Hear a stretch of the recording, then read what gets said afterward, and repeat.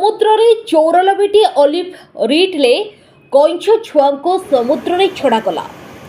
ବାଲେଶ୍ୱର ଜିଲ୍ଲା ଲଙ୍ଗଳେଶ୍ୱର ବନବିଭାଗ ଅଧୀନସ୍ଥ ଚୌମୁଖ ସମୁଦ୍ର ବେଳାଭୂମି ଏବେ ଅଲିଭ ରିଡ୍ଲେ କଇଁଛଙ୍କ ଅଣ୍ଡାଦାନ ସ୍ଥଳୀ ପାଲଟିଛି। ବର୍ଷକୁ ଶହ ଶହ ଅଲିଭ ରିଡ୍ଲେ କଇଁଛ ପର୍ଯ୍ୟାୟକ୍ରମେ ଏଠାକୁ ଆସି ଅଣ୍ଡା ଦେଇ ପୁଣି ସମୁଦ୍ରକୁ ଫେରିଯାଆନ୍ତି। ଅଣ୍ଡା ଦାନର ପାଖାପାଖି 2 ମାସ ମଧ୍ୟରେ ଅଣ୍ଡାର ଶାବକ ଜନ୍ମ ନେଇ ସମୁଦ୍ରକୁ ଚାଲିଯାଆନ୍ତି।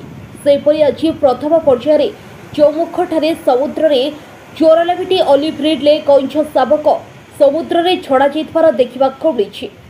ଚୌମୁଖ ସମୁଦ୍ର ବେଳାଭୂମି ଅଲିଭ ରିଡ୍ଲେ କଇଁଛର ଅଣ୍ଡା ଦାନର ଉପଯୁକ୍ତ ସ୍ଥାନ ହୋଇଥିଲେ ମଧ୍ୟ ଚଳିତ ବର୍ଷ ବହୁ କମ୍ ସଂଖ୍ୟକ ରିଡ୍ଲେ କଇଁଛ ଅଣ୍ଡା ଦେବାକୁ ଆସିଥିଲେ।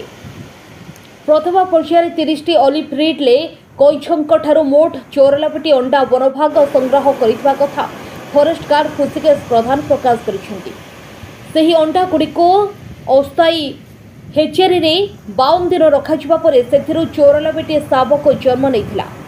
ଉକ୍ତ ଶାବକଗୁଡ଼ିକ ଆଜି ସକାଳ ଲଙ୍ଗଳେଶ୍ୱର ବନବିଭାଗର ଫରେଷ୍ଟ ଗାର୍ଡ ଶ୍ରୀ ପ୍ରଧାନ, ଦୁର୍ଜୟ କରଣ, ଉତ୍ତମ ଖଟୁଆଙ୍କ ସହିତ ବାଲିଆପାଳ ବ୍ଲକ ଉପାଧ୍ୟକ୍ଷ ରାଜେଶ ଚୌଧୁରୀ, ଚୌମୁଖ ଗ୍ରାମବାସୀ ମୁରଲୀ ମହାନ୍ତି, ଗୋପାଳ ଦାସ ପ୍ରମୁଖ ଉପସ୍ଥିତ ରହି ଅଲିଭ ରିଡ୍ଲେ କଇଁଛ ଶାବକମାନଙ୍କୁ ସମୁଦ୍ରରେ ଛାଡ଼ିଥିଲେ।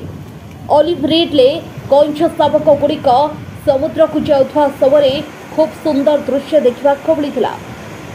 ବାଲେଶ୍ୱର ଜିଲ୍ଲା ବସ୍ତରରୁ ରାଜେଶ ଗିରିଙ୍କ ରିପୋର୍ଟ, ମହିମା ଟିଭି।